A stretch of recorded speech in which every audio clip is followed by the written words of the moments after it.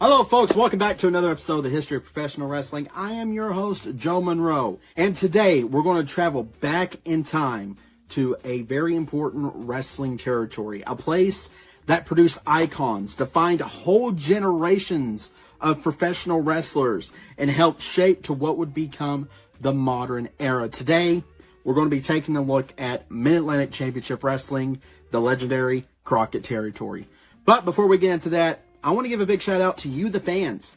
Thank you all so much on the views, the likes, the comments that we got from our previous episode, Smoky Mountain Wrestling. I never would have dreamed to get that much in my life. I know it seems small to some creators, but thank you all. I want to keep those interactions up. I want to talk to the professional wrestling fans, even some of the trolls. I like messing with them. But you know what? Enough me kissing your butt. Let's sit back, relax. Let's go travel back in time to Mid-Atlantic Championship Wrestling. So, what was Mid-Atlantic Championship Wrestling? If you lived under a rock, you should know what Mid-Atlantic Championship Wrestling is. But before it became the powerhouse that we remember it as, Mid-Atlantic Championship Wrestling started as part of Jim Crockett Promotions based out of Charlotte, North Carolina. This territory covered the Carolinas, Virginia, and some parts of the Southeast. And if you're a wrestling fan during the 60s, 70s, and the 80s, Mid-Atlantic was the place to be. You just didn't watch a show. You lived it. The TV program was simple, gritty, and straight to the point. In that era, wrestling wasn't just about the flashy lights of video screens that we know today. It was about two things: characters you believed in, and stories that kept making you want to come back for more each and every week. Now, you're probably thinking, how the heck did they do that? Well, the stars who made it special.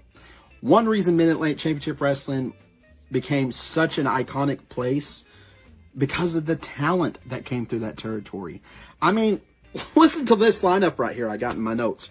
Ric Flair, before World Championships, before limo riding, jet flying, son of a gun that he is, Flair built his legacy right here in Mid-Atlantic Championship Wrestling.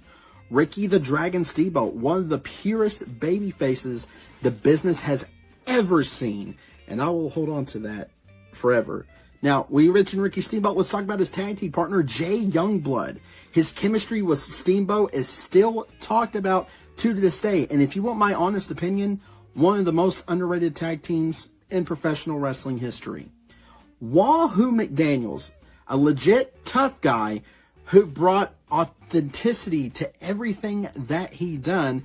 And I want to give a big shout out to my family because my grandmother loved Wahoo McDaniel. My grandfather was a Hogan guy. Don't judge him too much, guys. And here's someone that is my personal favorite.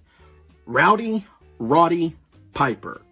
Yes, the Hot Rod. Before he was in the WWF, Piper was tearing it up in Mid-Atlantic. And someone that he feuded with, Greg the Hammer Valentine. Part of one of the most brutal feuds in the territory against not only Roddy Piper, but Wahoo McDaniels.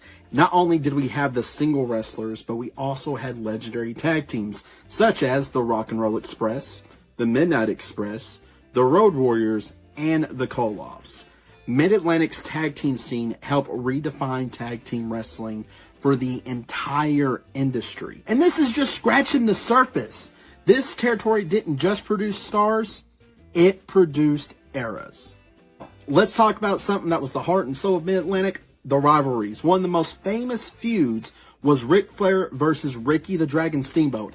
Everybody talks about the 1989 trilogy, but the chemistry started in Mid-Atlantic Championship Wrestling years earlier. Flair was the flashy heel, Steamboat was the humble baby face, and every time they stepped into that ring together, it was like electricity hit that crowd. Then you had Wahoo McDaniels and Greg the Hammer Valentine.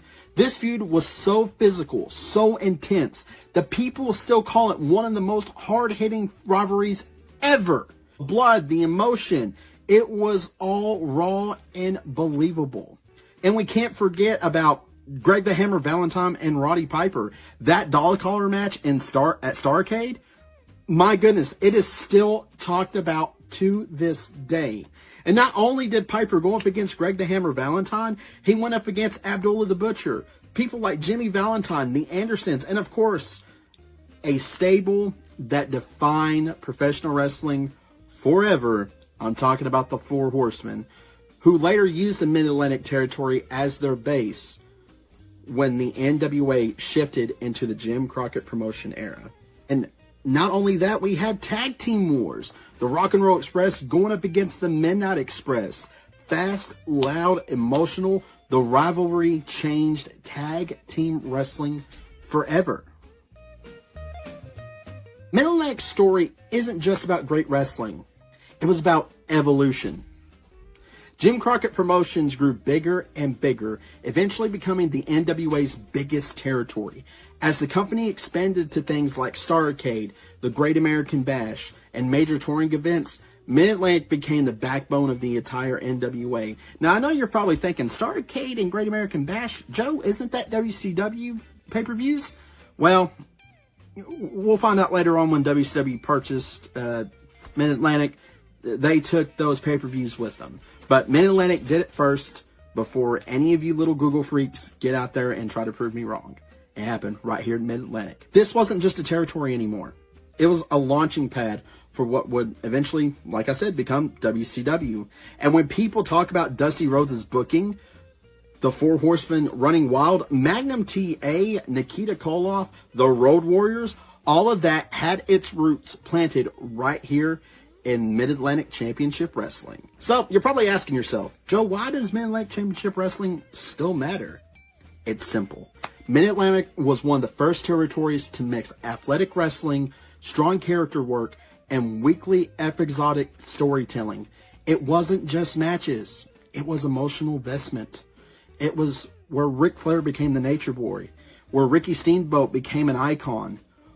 It's where the old school Southern wrestling style took shape. Just like we learned from Smoky Mountain Wrestling last week, this is the style of wrestling that they had. This is what Jim Cornette tried to replicate. And influence everything that came after, not just Smoky Mountain, from Crockett to WCW, and even today's wrestling promotions, especially the independent wrestling promotions, are majorly influenced by Mid-Atlantic Championship Wrestling. Personally, I think Mid-Atlantic is one of the most, if not the most important chapter in wrestling history. Can't talk about the NWA, Crockett, or even WCW without bringing up Mid-Atlantic Championship Wrestling. The territory created the blueprint: believable babyfaces, arrogant heels, long-term feuds, blood, emotion, and storytelling.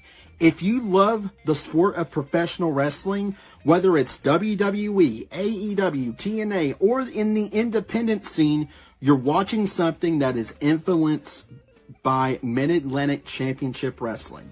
Today, we looked at how Mid-Atlantic began, the legends who came through, the unforgettable rivalries, the evolution into Jim Crockett Promotions, and why it still matters to this day.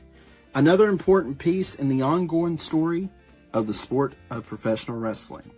And that is just a brief history of Mid-Atlantic Championship Wrestling. I want to give a big shout out to all my new subscribers. We have gotten over 320 subscribers here on YouTube.